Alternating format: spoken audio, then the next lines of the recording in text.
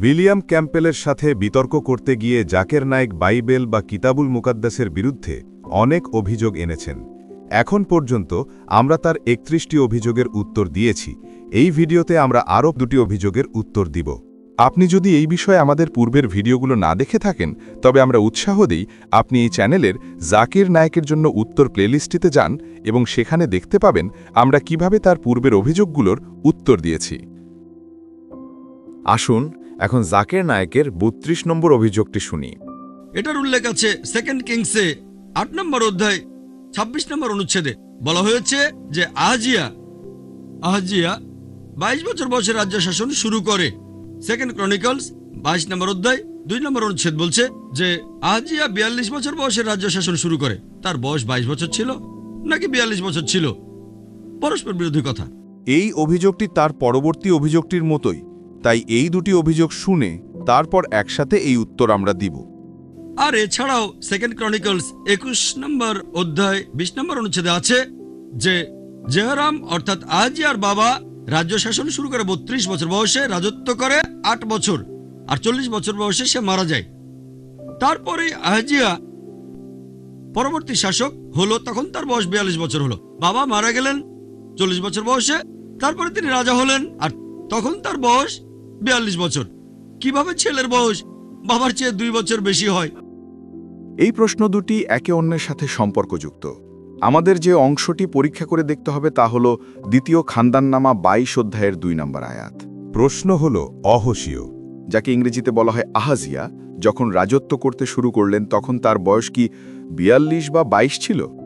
জাকির নায়েক যদি একটু মনোযোগ দিয়ে এই আয়াতটি পাঠ করতেন তবে তিনি দেখতেন যে আমাদের হাতে যে কিতাবুল মুকাদ্দাস আছে তাতে এই আয়াতটির ২টি পাঠ আছে।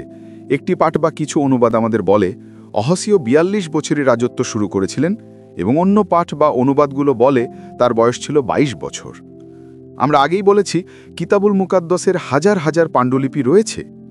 আমরা যদি বিভিন্ন পাণ্ডুলিপিতে দ্বিতীয় খানদাননামা ২২ অধ্যায়ের ২ নম্বর আয়াত পরীক্ষা করি তবে আমরা দেখতে পাবো যে অনেক পাণ্ডুলিপি বলে যে অহসীয় যখন রাজত্ব শুরু করেছিলেন তখন তিনি ৪২ বছর বয়সে ছিলেন, কিন্তু কয়েকটি পাণ্ডুলিপি বলে যে অহসীয় যখন রাজত্ব শুরু করেছিলেন তখন তিনি ২২ বছর বয়সে ছিলেন।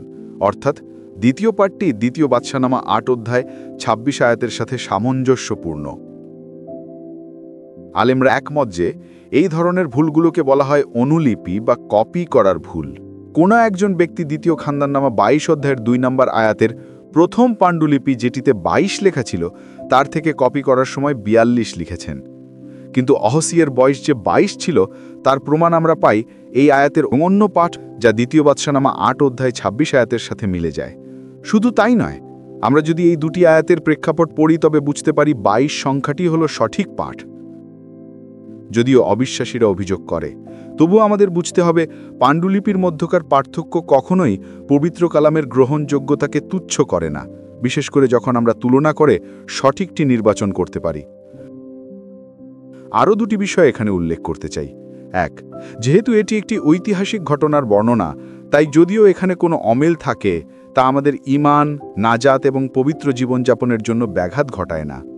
২, এখানে এই আয়াতটি সত্য নাকি মিথ্যা সেটি প্রশ্ন নয়, কিন্তু ২টি পাঠের মধ্যে কোনটি ঠিক সেইটিই মুখ্য বিষয়।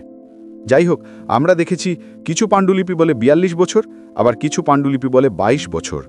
কিতাবুল মুকাদ্দাসের আলেমেরা সকল বিষয় বিবেচনা করে দ্বিতীয় বাদশাহনামা ৮ অধ্যায় ২৬ আয়াতের সঙ্গে মিল রেখে এই উপসংহারে পৌঁছেছেন যে অহসীয় ২২ বছরে রাজত্ব শুরু করেছিলেন। এই কারণেই আজকের দিনে কিতাবুল মুকাদ্দাসের বিভিন্ন অনুবাদ ২২ উল্লেখ করে। যদি আমরা NIV ইংরেজি অনুবাদ পড়ি সেখানে ২২ লেখা পাণ্ডুলিপিগুলো অনুসারে তারাও ২২ অনুবাদ করেছেন। এমনকি বাংলাতেও অনেক অনুবাদে যেমন MBCL অনুবাদে ২২ সংখ্যাটি ব্যবহার করা হয়েছে। এই পাঠটি জাকির নায়েকের দ্বিতীয় অভিযোগটির উত্তর প্রদান করে। অহসীয়ের বাবা যখন ৪০ বছরে মারা গেলেন তখন অহসীয়ের বয়স ৪২ হতে পারে না, তাই অহসীয়ের বয়স ২২ বছর ছিল, এটিই সঠিক পাঠ হবে।